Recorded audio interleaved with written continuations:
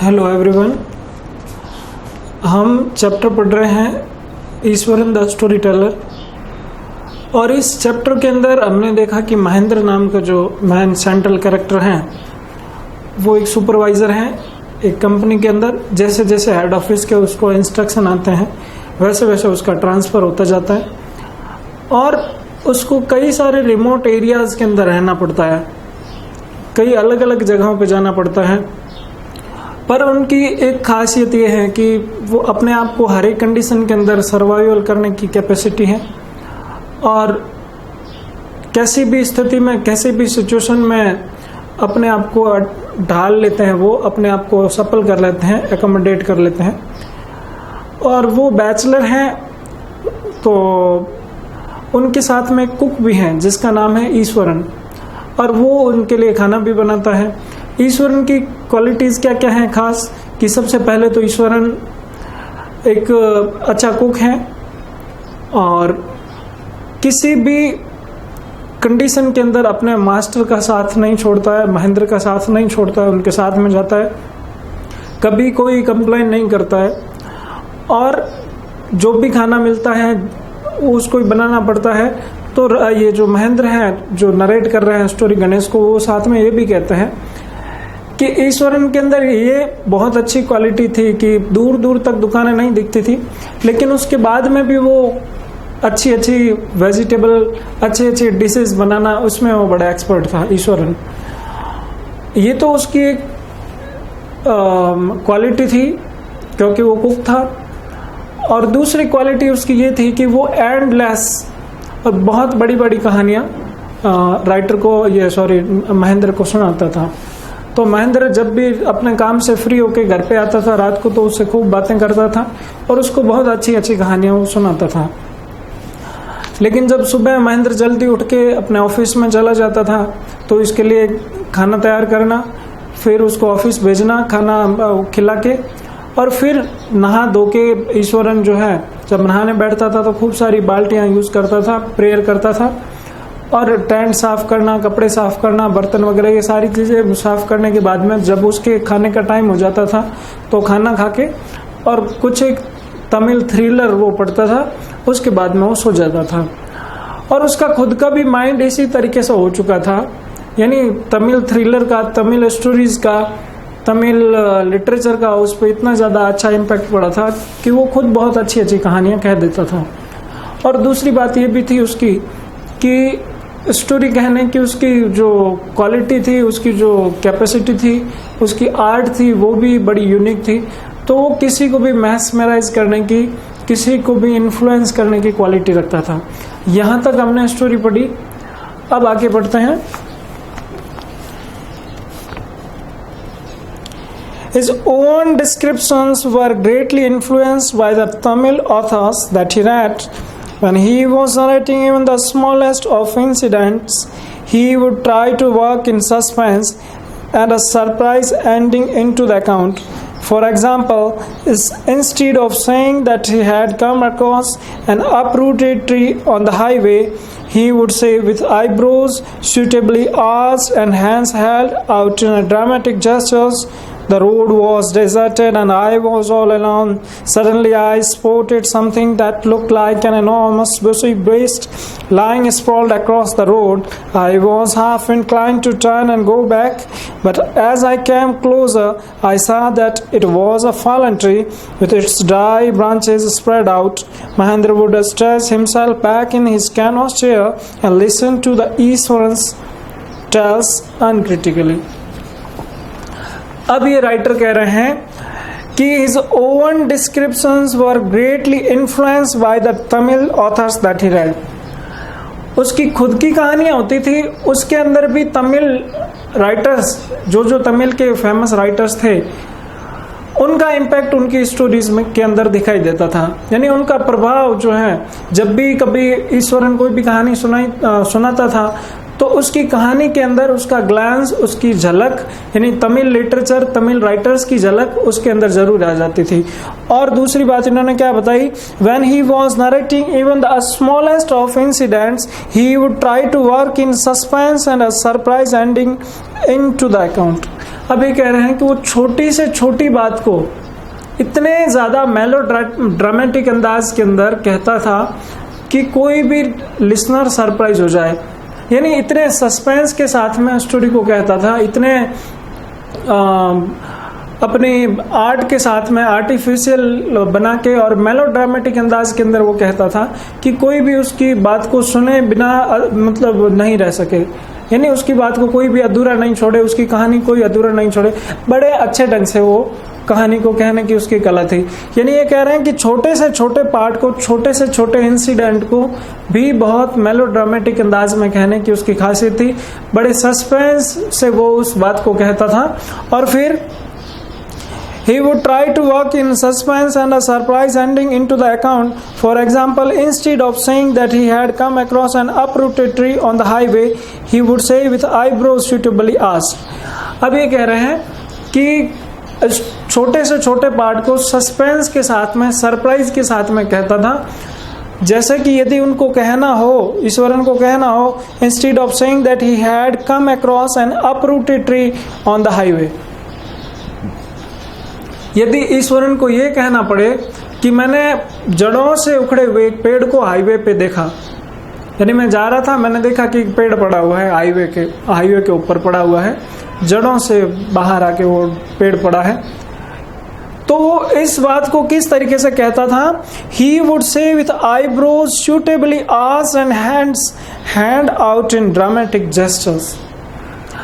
अपने पौहे को, अपने जो आईब्रोज है उसको इस तरीके से कह के और बड़े मेलोड्रामेटिक अपने हाथों का जो जेस्चर होता है ड्रामेटिक अंदाज में करके वो कैसे कहता था? The road was deserted and I was all alone. पूरी रोड सुनसान थी और मैं अकेला था, ईश्वरन कहता है। और suddenly I spotted something that looked like an enormous busy beast lying sprawled across the road. पूरी रोड सुनसान थी और मैंने देखा कि एक बहुत बड़ा जानवर जो है उस रोड के पूरी तरफ पड़ा है। यानी रोड के बीच में एक बहुत बड़ा जानवर पड़ा है और पूरी रोड सुनसान थी, मैं अकेला था, एक जानवर बहुत बड़ा पड़ा है। और फिर वो क्या कहता है कि I was half inclined to turn and go back.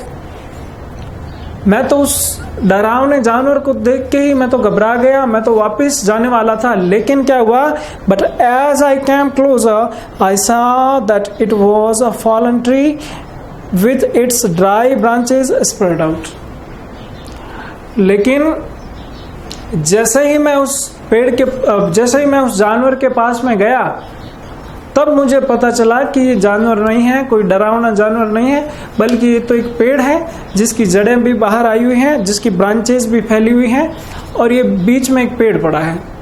अब देखो इस बात को, यानी एक छोटी सी बात को, स्मॉल बात को वो इस तरीके से कहने की बजाय कि मैं जा रहा था, अकेला था रोड पे और पेड़ पड़ा था, मैंने देखा, इस सिंपल तरीके से नहीं, अपने उस अंदाज के अंदर, ड्रामेटिक अंदाज के अंदर अपने आईब्रोज को कर्व करके, अपने आईब्रोज का जो एक्शन लेके, आईब्रोज का जेस्चर चेंज करके, साथ में अपने हाथों का एक ड्रामेटिक जेस्चर करके फिर वो कहता था कि मैं अकेला, एकदम अकेला सुनसान रोड पे मैं जा रहा था और मैंने देखा कि एक बहुत बड़ा जानवर जो है पूरी रोड के बीच में पड़ा है और मैं उस जानवर को देख के घबरा गया, मैं तो वापस जाने वाला था। लेकिन जब मैं उसके पास में गया तब मुझे पता चला कि ये कोई जानवर नहीं है बल्कि एक तो पेड़ है।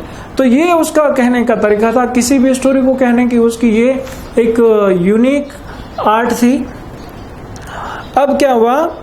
Mahendra would stretch himself back in his canvas chair and listen to Ishwaran's tales uncritically. अब वो महेंद्र जो है पीछे खिसक के महेंद्र उस चेयर पे बैठा होता था, बिना किसी ऑब्जेक्शन के, बिना किसी एबोरेशन के, बिना किसी गलती निकाले वो ईश्वरन के हर एक स्टोरी को बड़े अच्छे ढंग से, बहुत ध्यान से सुनता था। कई बार स्टोरी टेलर आपको स्टोरी सुनाता है, आप बीच बीच में उसको टोकते हो कि ऐसा भी होता है क्या, ये वो, लेकिन ईश्वरन जब भी कभी स्टोरी सुनाता था तो महेंद्र खुद उसमें इतना ज़्यादा खो जाता था, अपने आप को इतना ज़्यादा इन्फ्लुएंस कर लेता था, इतना ज़्यादा वो उसमें डूब जाता था स्टोरी को सुनने में कि वो छोटी मोटी बातों की तरफ ध्यान ही नहीं देता था। वो ईश्वरन की आर्ट प्लस ईश्वरन की जो स्टोरी टेलिंग की जो एक एबिलिटी थी वो महेंद्र को बहुत ज़्यादा इन्फ्लुएंस करती थी, और इसके कारण बिना किसी क्रिटिकल कमेंट के, बिना किसी क्रिटिकल रिमार्क के महेंद्र उसकी स्टोरी ध्यान से सुनता था। The place I come from is famous for timber, Eswaran would begin, there is a richly wooded forest all around, the logs are hauled onto the lorries by elephants, they are huge well-fed beasts, when they turn wild even the most experienced mouth is not able to control them. अब यहाँ पे कुछ एक जो discussion वाली बातें हैं वो मैं लिख रहा हूँ। सबसे पहले तो है द प्लेस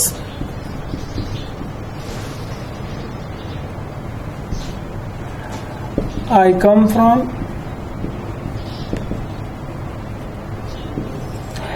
इस सेंटेंस के अंदर आपके एक बात छिपी हुई है, वेयर यहाँ पे छिपा हुआ है, यह है रिलेटिव प्रोनाउन।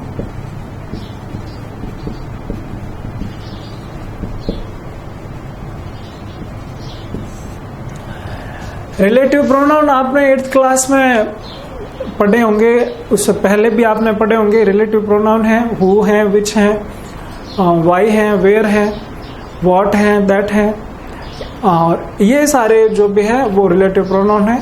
रिलेटिव प्रोनाउन का बेसिकली यूज होता है एक सेंटेंस को कंजक्ट करने के अंदर, और जो WH word, most of WH word का ही यूज होता है, जैसे हु है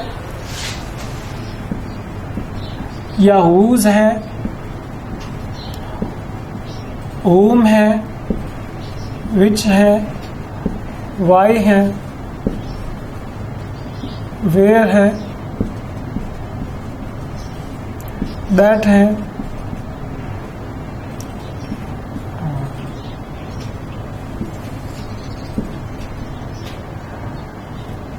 मोस्ट ऑफ इनका यूज होता है आपके रिलेटिव प्रोनाउन के अंदर। और इन रिलेटिव प्रोनाउन का यूज किसी भी दो क्लोजेस को जोड़ने के लिए यूज होता है, सेंटेंस को जोड़ने के लिए यूज होता है इन रिलेटिव प्रोनाउन का।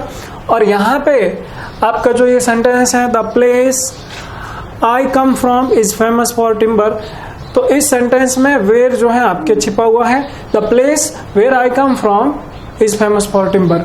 इस तरीके से भी इस सेंटेंस को आप लिख सकते हो, और ऐसा भी कह सकते हो कि the place I come from is famous for timber. यानी वेयर यहाँ पे आपसे पूछा जाए कि इसमें कौन सा रिलेटिव प्रोनाउन छिपा हुआ है या इसमें और कौन सी बात है, तो आप ऐसा कह सकते हैं कि इसमें वेयर नाम का रिलेटिव प्रोनाउन है वो छिपा हुआ है।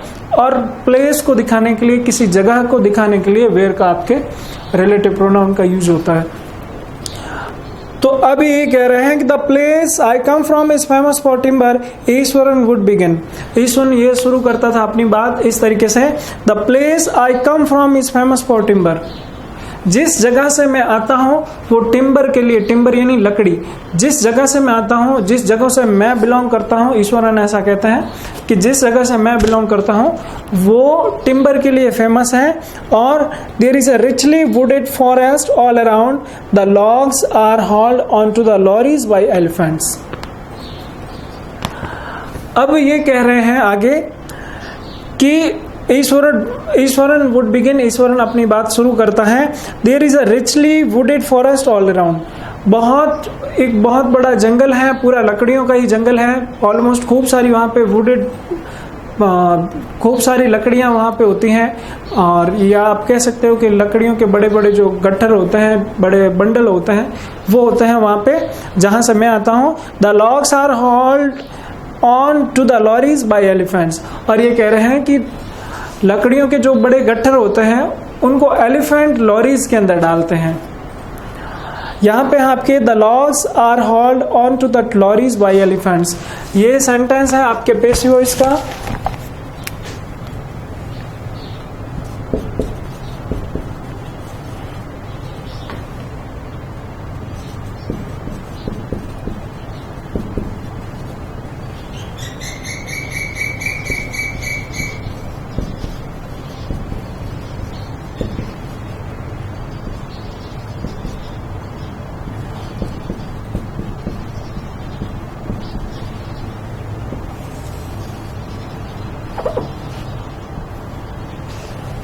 The logs are hauled on to the lorries by elephants. Elephants के द्वारा लकड़ियों के बड़े गट्ठर को लॉरीज के अंदर डाला जाता है।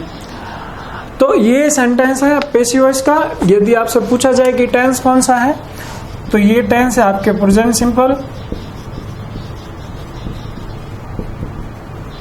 और प्रेजेंट सिंपल की ये है पैसिव वॉइस।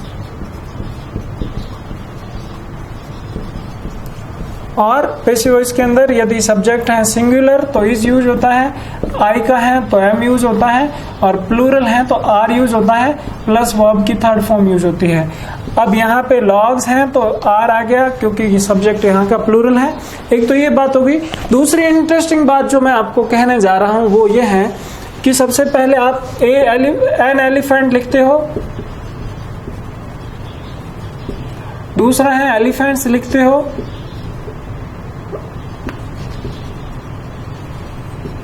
फिर है द एलिफेंट्स लिखते हो।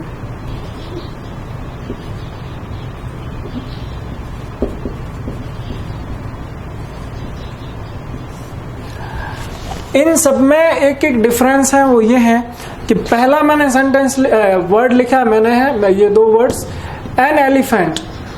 एन एलिफेंट का मतलब होता है, यदि आपके सेंटेंस में यूज होता है तो एक हाथी से तो होता ही है, साथ ही साथ में पूरी एलिफेंट्स की कम्युनिटी दिखाने के लिए भी एन एलिफेंट का यूज होता है।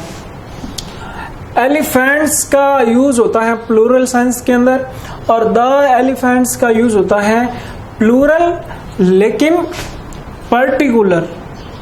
आपने द के रूल पढ़े होंगे, लेकिन इस द के रूल के अंदर सबसे जो इंपॉर्टेंट रूल है वो है आपके कम्युनिटी का। जब भी आप एन एलिफेंट लिखते हो एक हाथी से तो उसका मतलब होता ही है, लेकिन कई बार प्लूरल से भी एन एलिफेंट का मतलब निकलता है। उससे फिर एक हाथी का नहीं, पूरे यानी पूरे हाथियों की जो कम्युनिटी है उससे भी आप एन एलिफेंट यदि लिख के आप पूरे सेंटेंस के अंदर इस बात को एक्सप्रेस कर सकते हो कि हमने यहाँ पे प्लूरल सेंस में इसका यूज किया है।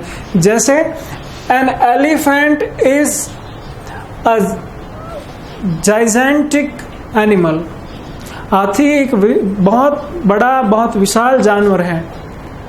यदि आप ऐसा लिखते हो an elephant is a gigantic animal, तो इसका मतलब हुआ कि जितने भी हाथी हैं वो बहुत महान हैं। बहुत महान का मतलब यहाँ पे बहुत बड़े हैं, उनकी साइज बहुत बड़ी है। तो इसका मतलब ये होता है यदि आप कम्युनिटी को शो करना चाहते हो आप तो एन एलिफेंट कहोगे, जिससे पूरी हाथियों की कम्युनिटी, पूरे हाथियों का जो क्रीड है, जात है, या पूरी उसका जो उनका एक वर्ग है उसको आप इंडिकेट कर रहे हो। इसी तरीके से आप डॉग से भी कह सकते हो dog is a very faithful animal. तो इस तरीके से इसका मतलब हुआ जितने भी कुत्ते हैं वो सारे फेथफुल होते हैं। तो ए लगाने से पूरे सेंटेंस के अंदर यदि आपको प्लूरल सेंस देना है तो एक डॉग से या फिर किसी भी जानवर के आगे आप ए और एन का यूज करके आप उस पूरी कम्युनिटी को प्लूरल सेंस में दिखा सकते हो। ये इंपॉर्टेंट बात है इस एलिफेंट वाले सेंटेंस के अंदर मैंने आपको समझाया है।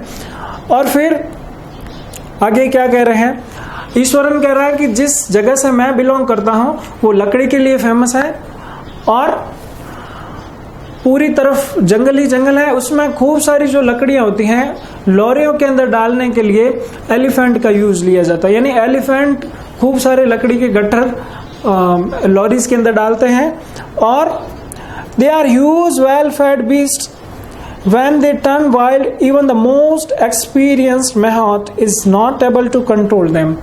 अब ये कह रहे हैं कि वो बहुत खिलाए पिलाए हुए जानवर होते हैं, बहुत बड़े बड़े जानवर हैं हाथी, और जब वो वाइल्ड हो जाएं, जब वो आक्रामक हो जाएं, एग्रेसिव हो जाएं, गुस्सैल हो जाएं, तो सबसे ज्यादा फेमस, जब सबसे ज्यादा मोस्ट एक्सपीरियंस्ड मैहॉट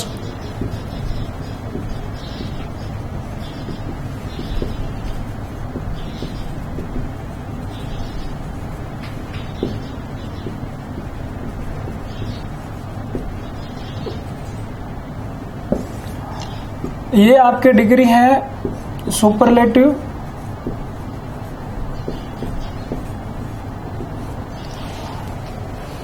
सुपरलेटिव डिग्री आपने कॉम्पेरेटिव, पॉजिटिव, कॉम्पेरेटिव और सुपरलेटिव डिग्रीज पढ़ी हैं।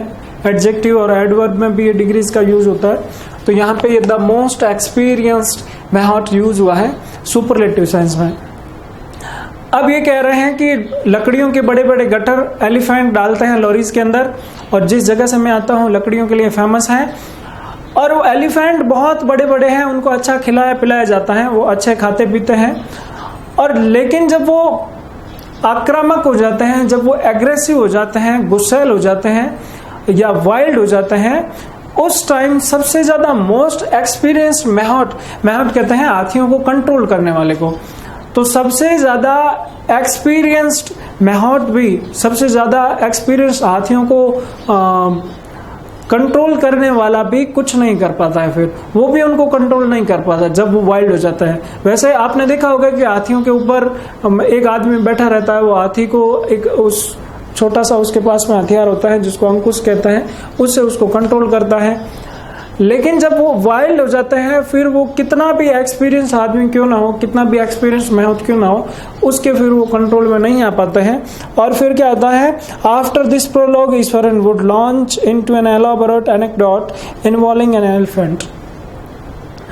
अब ये कह रहे हैं कि इसके बाद में, जब ये इतनी बात अपनी कहने के बाद में, ईश्वरन क्या करता था, ईश्वरन ये बात स्टार्ट कर देता था अपनी एक कहानी और नई कहानी, और उस कहानी के अंदर एक हाथी उसमें डाल देता था। यानी वो अपने मन से खूब सारी कहानियां बनाता था, उसने गांव की, अपने जगह की बात बताने के बाद में उसने हाथियों की डिस्कशन किया, और फिर अपनी कहानी के अंदर जो कहानी वो सुनाने जा रहा है, जो स्टोरी सुनाने जा रहा है, उसमें भी एक हाथी वो उसमें डाल देता था।